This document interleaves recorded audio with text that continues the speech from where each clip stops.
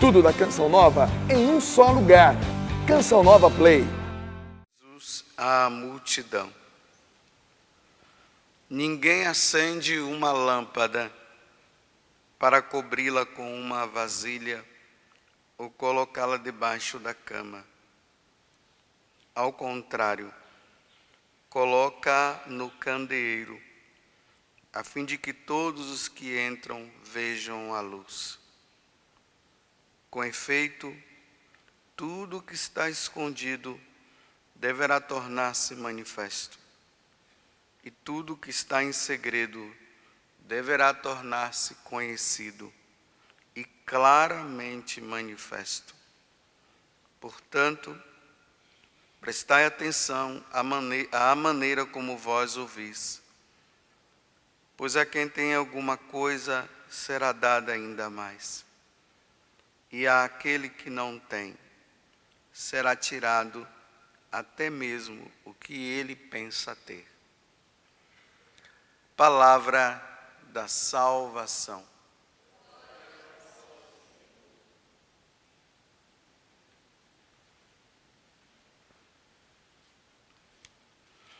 Vocês percebam que no Evangelho de hoje, Jesus olha para a multidão que está ali em volta dele e começa a falar o que nós acabamos de ouvir.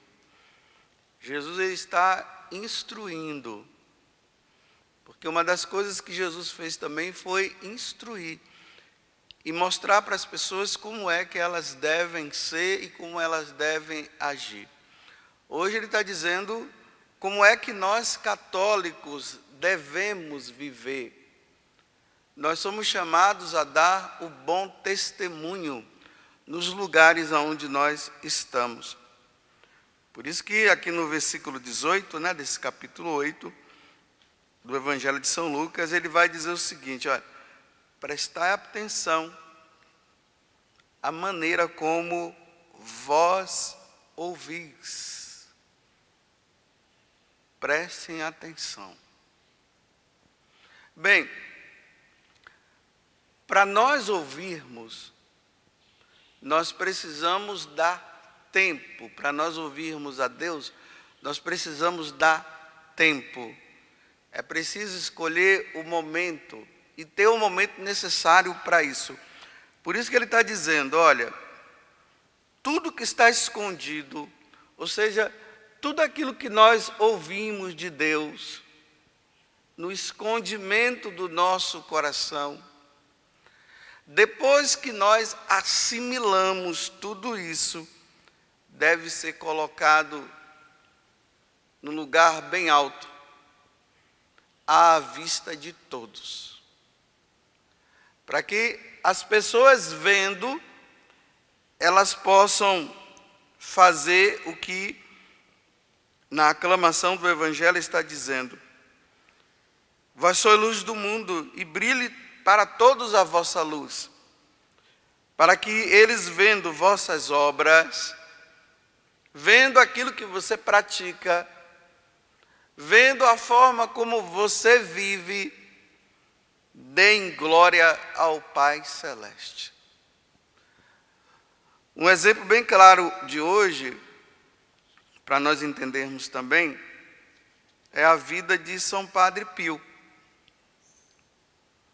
Na verdade, o Padre Pio, ele se tornou exemplo para todos os sacerdotes. Ele se tornou luz. Da mesma forma como o cura Darcy, ele se tornou luz.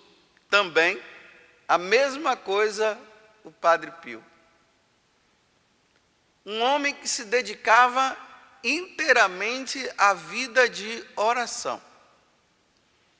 Ele rezava, e uma das coisas que ele gostava muito de meditar era a paixão de nosso Senhor Jesus Cristo. Então veja, olha, ele era um homem de vida de oração profunda. Se ele era um homem de vida de oração profunda, ele está dizendo que com a vida dele, que nós sacerdotes precisamos ser homens de vida de oração profunda. Então hoje eu tenho que me avaliar se eu tenho uma vida de oração. Se a minha vida de oração, ela é profunda, se realmente eu procuro a Deus. Mas ao mesmo tempo você tem vida de oração?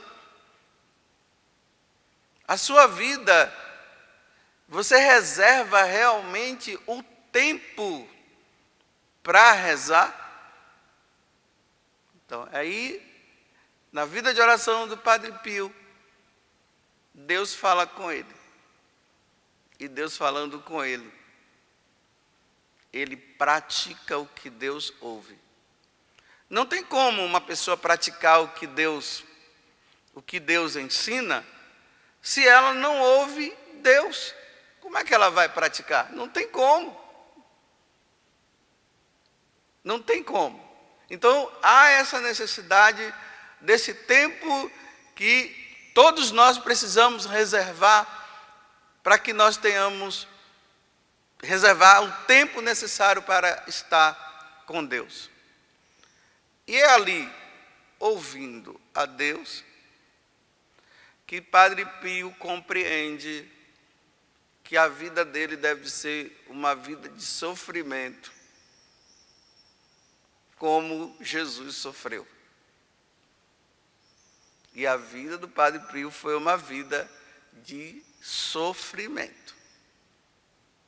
E ele não fugia do sofrimento, ele se alegrava com o sofrimento. Porque ele se assemelhava a Jesus que sofre. E isso fica bem claro também quando ele recebe os estigmas, né? As chagas nas mãos, nos pés, no lado, ali perto do coração, se assemelhando ao Cristo que sofre. E aí ele vai entender que a vida do sacerdote deve ser uma vida de sofrimento e de imolação. E aí ele compreende o valor da Santa Missa. Aí ele dá a importância à Santa Missa. Vocês veem que não se fala que o Padre Pio era um grande pregador do Evangelho. Hoje as pessoas assimilaram, né, que o bom sacerdote é só aquele que prega. Tanto que quando as pessoas vão em determinada missa, que tem algum padre lá que está celebrando, eu não estou dizendo que são todas, né? Mas a maioria é assim. Nossa, você gostou da missa? Nossa, a pregação dele foi maravilhosa. Tá vendo? Só fala da pregação, mas não fala se o sacerdote é piedoso, se realmente, na hora que ele está celebrando a missa, ele se entrega, ele se imola ali junto com Jesus, que está sofrendo. Tanto que uma vez falaram, né, porque começaram a questionar, que as missas do Padre Pio eram muito demoradas. E o pessoal queria aquela missa bem rápida, né? Não tem aquelas pessoas que gostam de missa rápida, rapidinha, ainda usa essa palavra, né? Eu gosto daquela missa que ela é rapidinha. Agora eu não sei porque é tão rapidinha que o pessoal está tudo com pressa para quê? Para quando acabar a missa, né? Com exceção durante a semana, né? O pessoal vai trabalhar. Mas o domingo é reservado para isso. Eu não sei o que o pessoal vai fazer depois que fica atrás de uma missa bem rapidinha. Aí depois vai para onde? Para o barzinho, vai para o churrasco, vai jogar futebol, como no caso quando é o homem. Está vendo como as pessoas vão se enganando? Aí ele disse, mas como é? Ele disse, como é que eu vou celebrar a missa tão rápida se o meu Senhor se sacrificou de meio-dia até as 3h da tarde?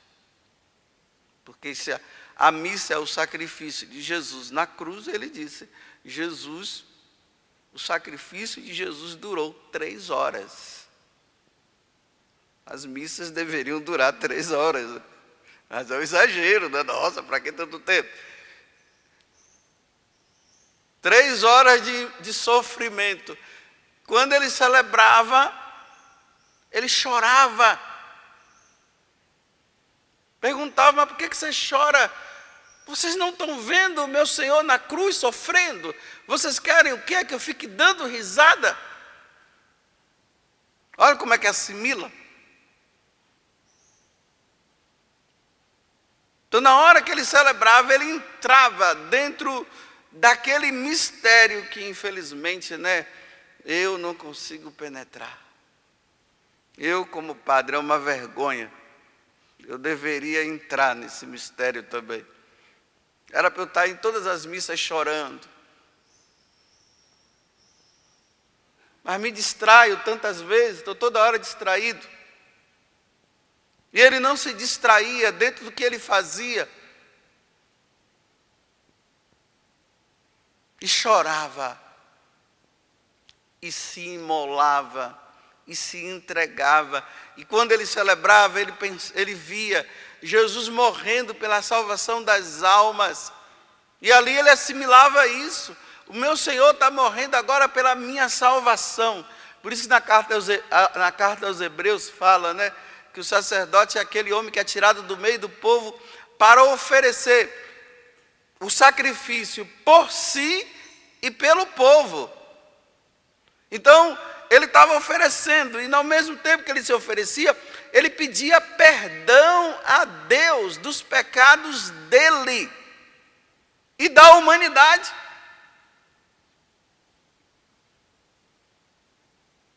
É assim que nós, sacerdotes, deveríamos celebrar, é assim que eu deveria celebrar. Mas é tanta distração.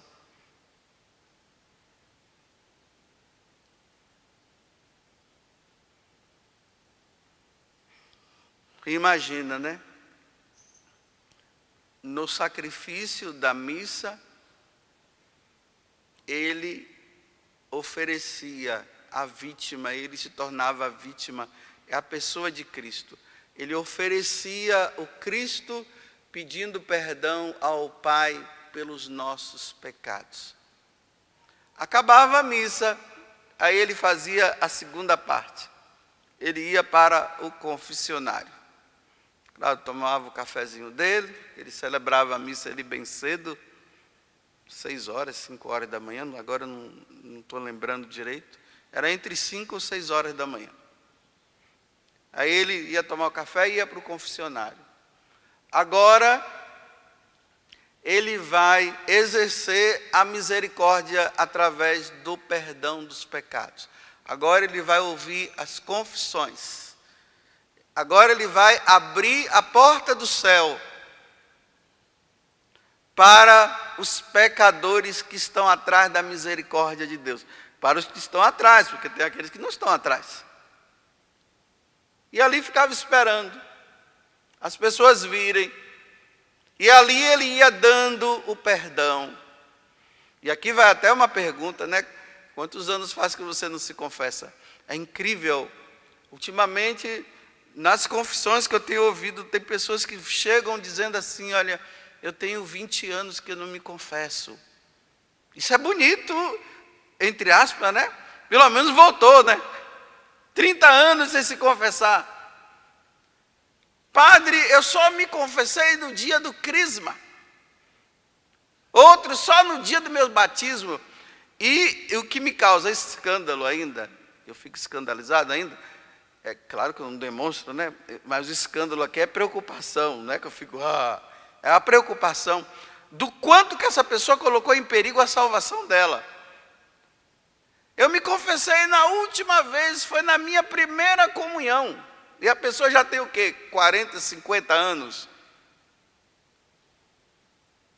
Imagina você, e trabalha na igreja, o pior é isso, está na igreja, faz parte dessa ou daquela pastoral, está ali dentro, mas o coração está tão distante, está preocupado em fazer coisas, vai fazendo coisas, mas o coração está longe de Deus, anos e mais anos a se confessar.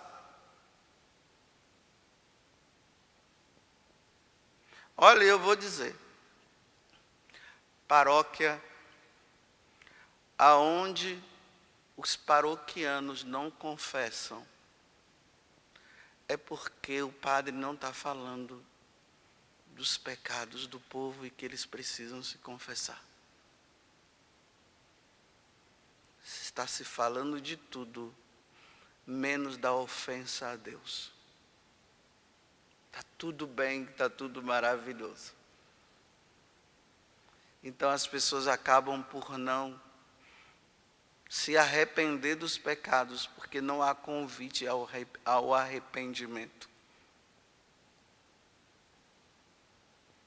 Aí o confessionário fica vazio. E como vai se salvar se as pessoas não se confessam? Quantas vezes eu falo isso para as pessoas? Meu filho ou minha filha, você quer ir para o céu? Sim, padre, eu quero ir. Eu disse, mas como que você vai para o céu se não se confessa? Ninguém entra no céu sem a confissão, não. E eu digo, olha, e não é confissão comunitária, não. Porque o pessoal fica atrás de confissão comunitária. Se senta lá, o sacerdote vai falando algumas coisas, elas ficam ali, depois ele dá a absolvição e todo mundo vai embora. Confissão é para confessar. Confessar significa falar. E para se falar tem que ser com o sacerdote. Não é ouvir e depois ir embora. Então, se as pessoas não se arrependem dos seus pecados, elas até participam de tudo, e não se confessam, como é que vão se salvar? E ali a gente via, né? Aí as pessoas não entendem. A dureza do Padre Pio com o penitente, se fosse hoje, o pessoal ia querer processar. Por que ele era duro? Porque as pessoas tinham pessoas que iam e não demonstravam arrependimento dos pecados. Aí ele dizia, vai embora. Quando ele dizia, vai embora, eu não vou te absolver, era para a pessoa tomar consciência. E muitos voltavam depois arrependidos. Agora, é bonito quando o Padre Pio atende a confissão do pai dele. Isso aí eu acho um espetáculo. Ele está ali, aí o pai dele estava em cima da cama, e o pai dele diz assim, meu filho, peça para Jesus me curar. Porque ele estava muito doente.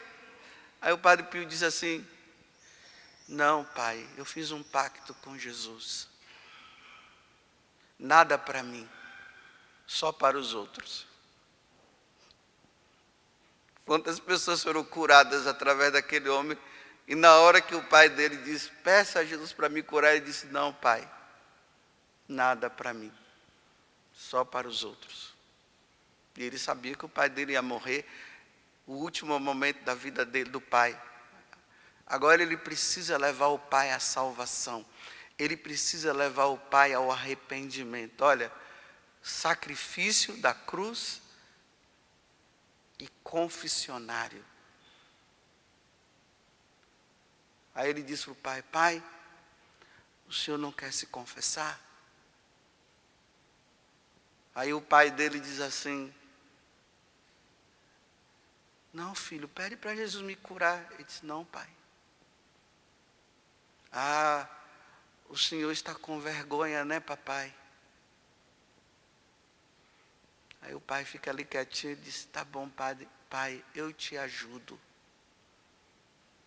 Aí ele pega a estola, coloca, começa a dizer assim, papai, o senhor vai fazer o seguinte, eu falo e o senhor diz, perdão, Jesus.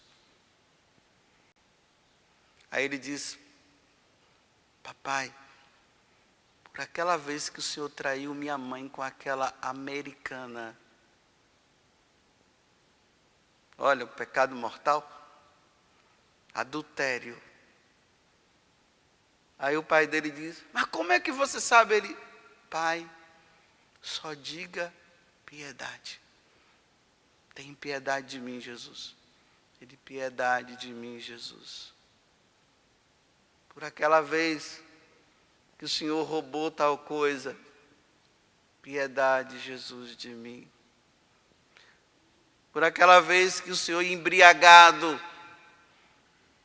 o Senhor bateu no meu irmão e mandou ele embora, piedade de mim, Jesus. E aí o Padre Pio absolve ele. E aí o pai disse, filho, Jesus me perdoou, ou seja, eu vou ser salvo. Aí ele diz assim, papai, eu já falei para Jesus que o Senhor é um homem bondoso e tem mãos calejadas. Aí ele chora um pouquinho, e em seguida o pai morre. Sacrifício da missa e sacrifício do confessionário. Aqui estão os dois patamares da vida de um sacerdote. O sacerdote tem que estar no altar e no confessionário. Preocupação com a salvação das almas. Eis a preocupação. Por isso que o Padre Pio acaba se tornando luz para todos nós sacerdotes.